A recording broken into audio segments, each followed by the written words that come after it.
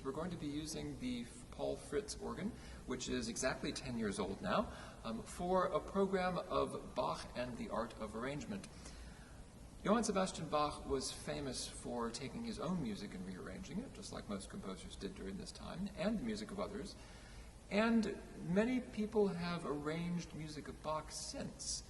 In the 19th century, Bach arrangements were legion. We continue to do it these days. In fact, I've done a few. I'm going to share one of them with you today. We're going to sample from 3 different pieces of Bach.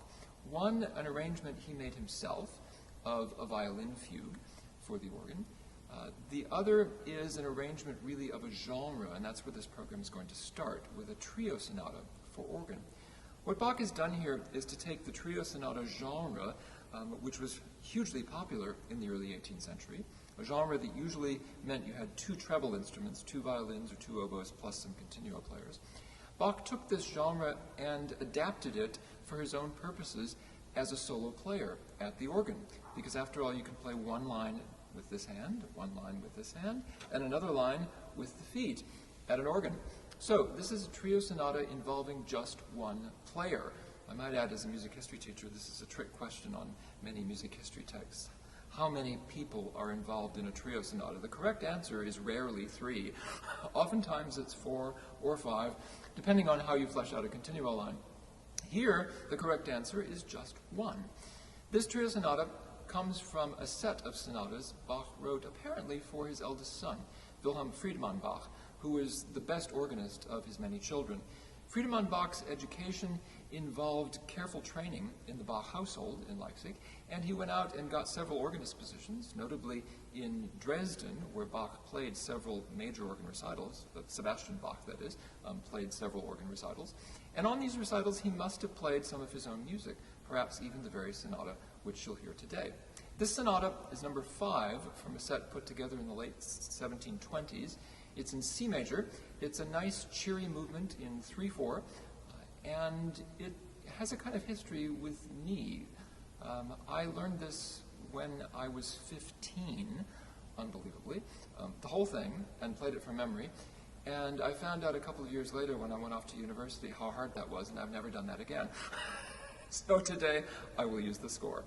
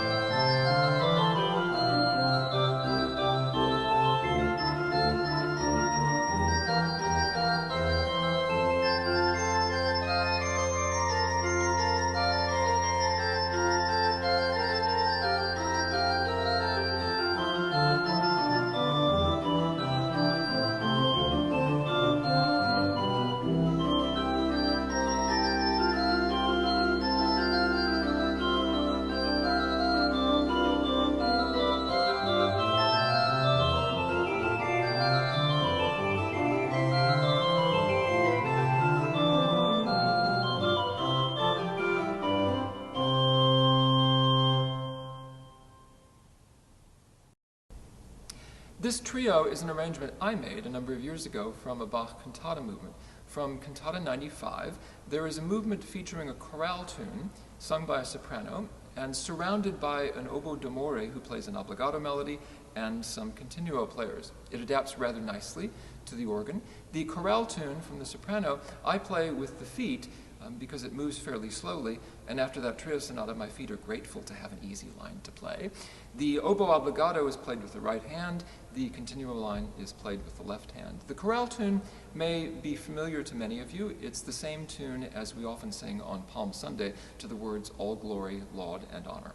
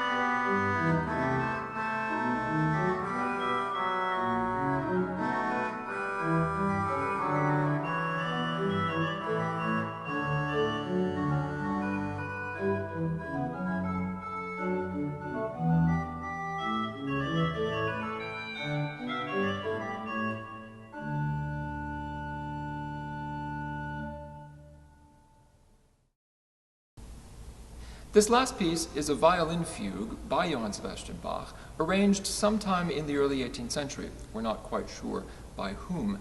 The original is the G minor fugue from the unaccompanied violin sonata in that key. It's put into the key of D minor, where it makes more sense as an organ piece. And interestingly, the arranger added a few bars and a few extra entries of the subject from the fugue. It's interesting to see how mind, even the Bach orbit, was thinking contrapuntally and trying to improve, perhaps at the composer's direction, how this fugue might work as set for 2 hands and 2 feet. So here's the famous Fiddle Fugue of Johann Sebastian Bach, arranged for organ.